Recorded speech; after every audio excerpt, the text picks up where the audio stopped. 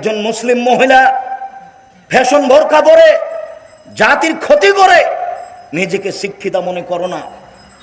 তুমি একজন মুসলিম মহিলা নগ্ন পোশাক পরে, অর্ধনগ্ন পোশাক পরে যুবকের ক্ষতি করে, জাতির ক্ষতি করে, শিক্ষক ছাত্রদের ক্ষতি করে নিজেকে শিক্ষিতা মনে করো না।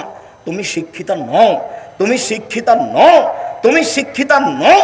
তোমার বাপ শিক্ষিত নয়, তোমার মা শিক্ষিতা নয়। তোমার বাপ মা যদি নিজেকে শিক্ষিত মানুষ প্রমাণ করতে পারে, তুমি যদি নিজেকে শিক্ষিতা প্রমাণ করতে পারো, আমি আব্দুর রাজ্জাক মিনি ইউসুফ তোমার বাড়ির পাশে ওয়াদা করে গেলাম, আমি জাতির সামনে আর কোনোদিন বক্তব্য দেব না। তুমি কিভাবে প্রমাণ করো সেটা তুমি দেখাবা। তুমি একজন শিক্ষিতা মেয়ে জাতির ক্ষতি করো, তোমাকে দেখলে পাপ হয়, তোমার চুল দেখলে পাপ হয়, তোমার শরীর দেখলে পাপ হয়, তোমার অঙ্গ প্রত্যঙ্গ দেখলে পাপ হয়, তোমার গোটা দেহটাই হচ্ছে আর একজনের জন্য পাপের বস্তু।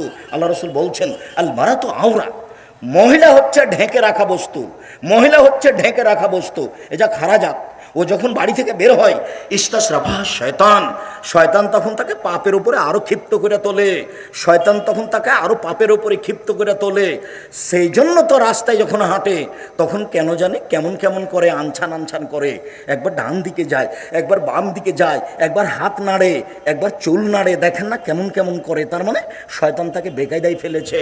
রাসূল সাল্লাল্লাহু আলাইহি ওয়াসাল্লাম বলছেন নিসাউন, মহিলা, কাসিয়াতুন, কাপড় পরে থাকে, আরিয়াতুন, উলঙ্গ, মমিলাতুন, তারা পুরুষকে নিজের দিকে আকৃষ্ট করে, মায়লাতুন, তারা নিজেরা আকৃষ্ট হয়, তাদের মাথা বক্র উটের মতো হেলে দুলে চলে। এরা জান্নাতে যাবে না, এরা জান্নাতে তো যাবে না, যাবেই না, এরা জান্নাতে যাবে না, এরা জান্নাতে তো যাবে না, যাবেই না, এরা জান্নাতের গন্ধ পাবে না। যেই জান্নাতের গন্ধ 1 বছরের দূরত্ব পথ থেকে পাওয়া যায়, এটা জান্নাত। এখানে আপনি একটা দ্রুতগামী ঘোড়ায় উঠেছেন, 1 বছর দৌড়িয়ে ঘোড়াটা যেখানে যাবে সেখানে যদি আপনি দাঁড়ান তাহলে জান্নাতের গন্ধ পাবেন।